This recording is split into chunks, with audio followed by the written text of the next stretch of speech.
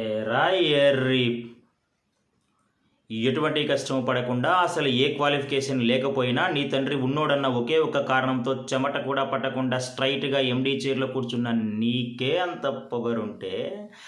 అమ్మా నాన్న తిప్పలు పడి స్కూల్ ఫీజు కడితే ఎల్కేజీ నుంచి 10th క్లాస్ వరకు కష్టపడి చదివి పాస్ అయ్యి ఇంటర్లో ఈజీగా ఉన్న గ్రూపులన్నీ వదిలేసి ఎంపీసీ చదివితేనే ఇంజనీర్ కాగలవని చెప్తే కష్టమైన అదే గ్రూప్ సెలెక్ట్ చేసుకొని ఫిజిక్స్ కో ట్యూషన్, కెమిస్ట్రీ కో ట్యూషన్, మ్యాథ్స్ కో ట్యూషన్ అని రోడ్లు పట్టుకొని తిరుగుతూ ఆ ఫీజు కట్టాలి ఈ ఫీజు కట్టాలని అమ్మా నాన్నను హింసించి బోర్డు ఎగ్జామ్స్లో పాస్ అయ్యేందుకు ఫ్లాస్క్లో టీ పెట్టుకొని రాత్రంతా చదివి అలారం పెట్టుకొని ఉదయం లేసి మళ్ళీ చదివి తీరా పాస్ అయ్యాక ఎంసెట్లో సరైన ర్యాంక్ రాకపోతే లాంగ్ టర్మ్ తీసుకొని అప్పటికి మంచి ర్యాంక్ రాకపోతే అమ్మ నగలు తాకట్టు పెట్టి ఇంజనీరింగ్లో సీట్ తీసుకొని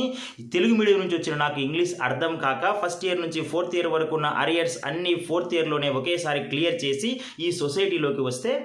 ఉద్యోగం లేని వెధవా అని ఈ జనం నీచంగా మాట్లాడుతున్నా లెక్క చేయకుండా ఉద్యోగం కోసం ఆ ఆఫీస్ చుట్టూ ఈ ఆఫీస్ చుట్టూ గత 4 ఏళ్ళుగా తిరుగుతున్న నన్ను ఎందుకు పనికిరాని చవట నీకు తిండి దండగా అని నాన్న తిడుతూ ఉంటే ఒక్కొక్క మెతుకు గొంతులో దిగకుండా ముళ్ళులా గుచ్చుకుంటుంటే కక్కలేక మింగలేక చస్తూ బతుకుతున్న నాకు ఎవరో మహానుభావుడు అవకాశం ఇస్తే నీలాంటి బేవర్స్ గాడు ఆ అవకాశాన్ని లాగేసుకోవాలని చూస్తుంటే నిన్ను ఎదిరించి నీ ముందు నిలబడుకొని మాట్లాడుతున్న ఉద్యోగం లేని గ్రాడ్యుయేట్ ఉండ్రా. నాకెంత పొగరుండాలి. అమూల్ బేబే,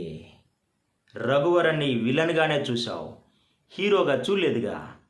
ఇప్పటి నుంచి చూస్తావు.